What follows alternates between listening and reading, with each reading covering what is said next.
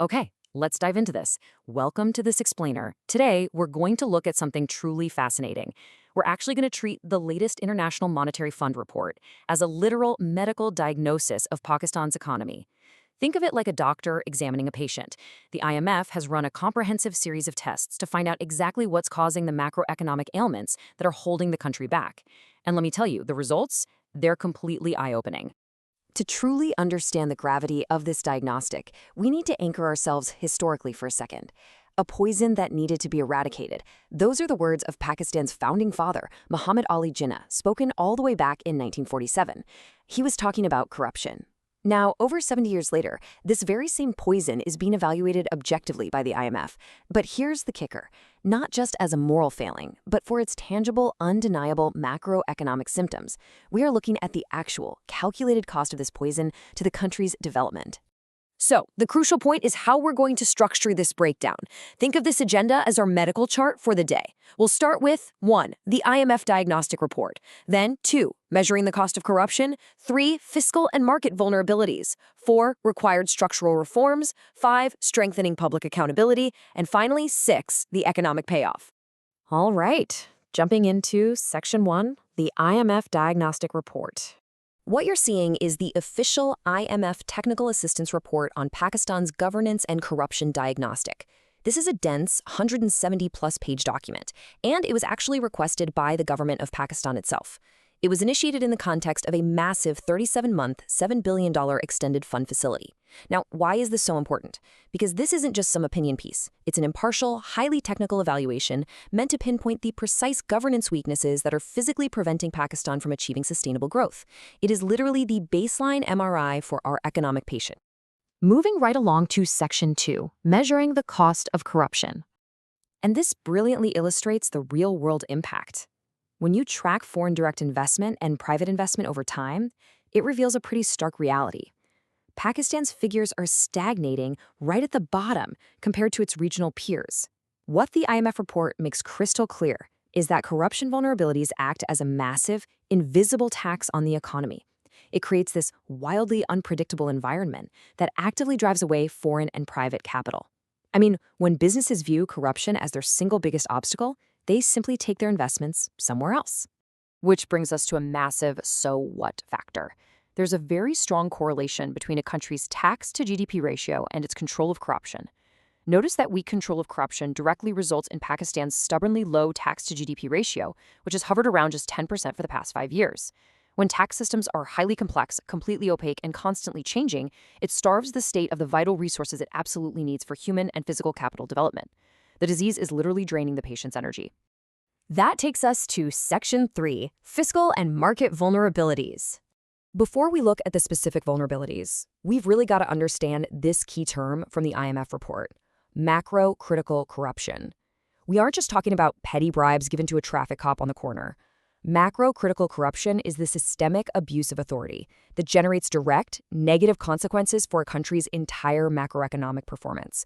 And critically, this is huge. The report notes that corrupt actors actively resist institutional reforms that threaten to cut off their proceeds.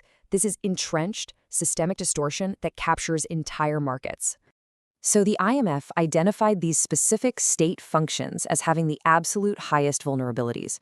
In public financial management, they found systemic budget bypassing, where public money is spent totally differently than what Parliament actually enacted. In tax and customs, highly opaque systems and manual operations are creating massive rent-seeking opportunities. In market regulation, there's a huge proliferation of overlapping regulatory bodies issuing obscure rules, which often favor select firms. And in the rule of law, massive case backlogs and inefficient contract enforcement mean businesses just cannot reliably protect their property rights. These are the critical organs where the system is failing. Let's look at the solutions in Section 4, Required Structural Reforms. Now, what's really interesting about this slide is we're looking at the exact text of the IMF's prescription.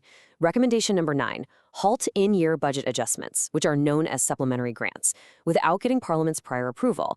Why does this matter so much? Because before this program, the executive branch was routinely bypassing the approved budget to just reallocate funds mid-year. Stopping this practice restores basic budget credibility. It ensures that the level and allocation of government expenditure actually reflect the will of the legislature, not just discretionary whims. Here is another incredibly vital piece of medicine.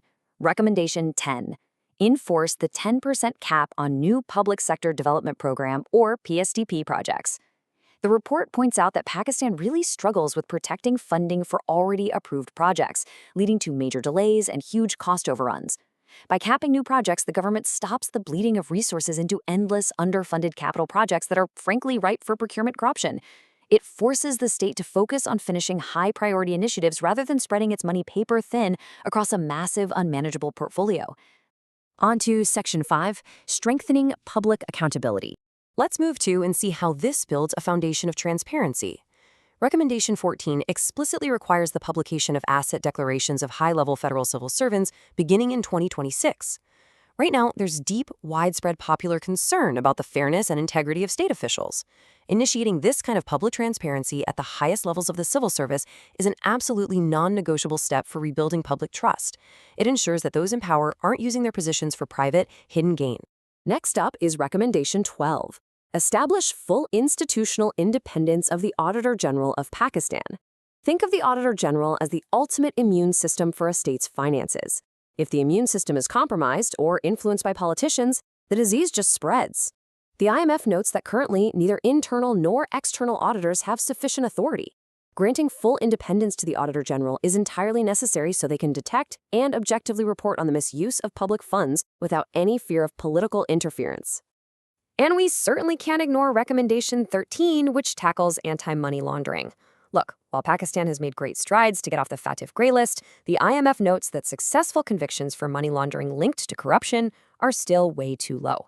This recommendation prescribes fixing legal ambiguities in the 2010 Anti-Money Laundering Act that make it incredibly hard to prosecute unless a predicate corruption offense is easily established.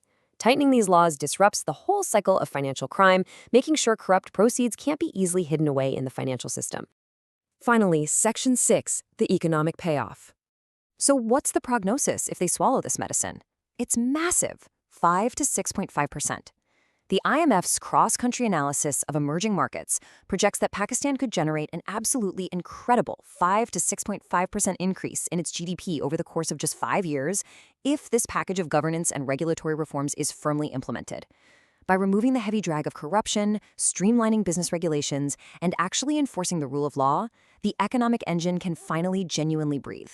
That is the tangible, transformational reward waiting for Pakistan. Which brings us to our final lingering question for today. Will these structural reforms finally be institutionalized to durably cure Pakistan's underlying economic vulnerabilities? The IMF notes that past programs have stabilized the economy, sure, but they failed to make the structural changes permanent. The diagnostic roadmap here is incredibly clear. The ultimate test now is whether the government can push past the entrenched resistance of corrupt actors and turn this temporary IMF medicine into a permanent, healthy reality for the nation. What do you think? Thank you so much for joining me to unpack this fascinating explainer.